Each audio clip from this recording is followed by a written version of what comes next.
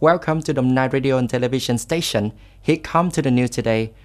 On September 4th, a special working group of the government, led by Senior Lieutenant General Võ Minh Lương, Deputy Minister of National Defense, worked with Đồng Nai Province on the prevention of COVID-19 pandemic.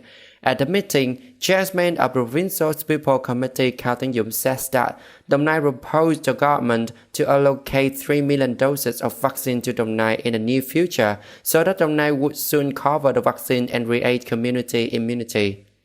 Speaking at the meeting, Senior Lieutenant General Võ Minh Lương suggested Đồng Nai speed up the vaccine schedule by mobilizing more human resources. Along with that, the province needs to review F0 at plant. Đồng Nai needs to take a good care of the patients on the first floor to reduce the loads on the higher floors. Cambridge, Võ Minh Lương also suggested that from now on, Đồng Nai needs to prepare a plan to live with the pandemic when it reaches a new normal. The delegation of the Political Bureau of Military Region 7, in collaboration with the People's Committee of Đồng Nai Province and the Military Command of the districts, organized the gift-giving of difficult workers and religious compatriots in Thống Nhất District. Thống Nhất District has 87% religious people, including 73% Catholic. In the district, there is one industrial park, 2 industrial clusters with 520 investment enterprises, attracting over 7,700 employees. Before COVID-19 pandemic broke out, Thống Nhất District was severely affected, affecting people's lives in all aspects. Visiting and giving gifts to encourage compatriots is the practical jobs that contribute to connecting Catholics and strengthening the solidarity of the army and the people.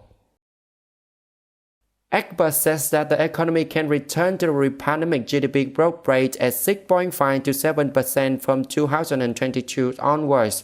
According to the World Bank in Vietnam, achieving the economic growth targets this year is still difficult, but in 2022, the likelihood of the large-scale social isolation is less, creating a better foundation for the prospect of economic growth again. Vietnam will achieve a new normal when 70% of population completes vaccination, which will allow most of the economy to reopen. Inter-provincial traffic will continue, loosening up for social activities, and Vietnam's GDP is forecast to grow by 6.5% in 2022, along with a recovery in the manufacturing and personal customer spending. On September 4th, External Affairs Secretary of the Indian Ministry of External Affairs, Harshvardhan Shringla, says that India and the US will hold the 2+2 ministerial dialogue in November. Speaking to the threats at the end of the 3-day visit to Washington, D.C., Shringla says that a specific day and the time have not been determined yet, but the two countries plan to hold a 2+2 dialogue in November. During his visits to the U.S., Mr. Shringla met with top U.S. officials, including Secretary of State Antony Blinken. The last ministerial 2+2 dialogue was held in New Delhi, and the next meeting is expected to take place in the U.S. On September 4th, the Taliban continued to show their determination to defeat the Panjshir resistance in Afghanistan's Panjshir Valley before announcing who would leave the country. Fahim Dasti, a spokesman from Afghanistan National Resistance Front (NRF), which organized opposition forces loyal to local leader Ahmad Mansur, said the Taliban had entered Darband on the border between the Kapisa and Panjshir provinces, but were repulsed.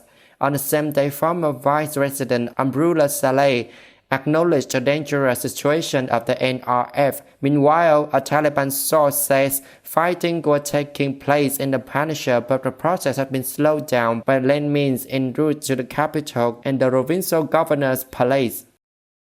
That's all the news today. Thanks for watching it. Have a good time. Goodbye.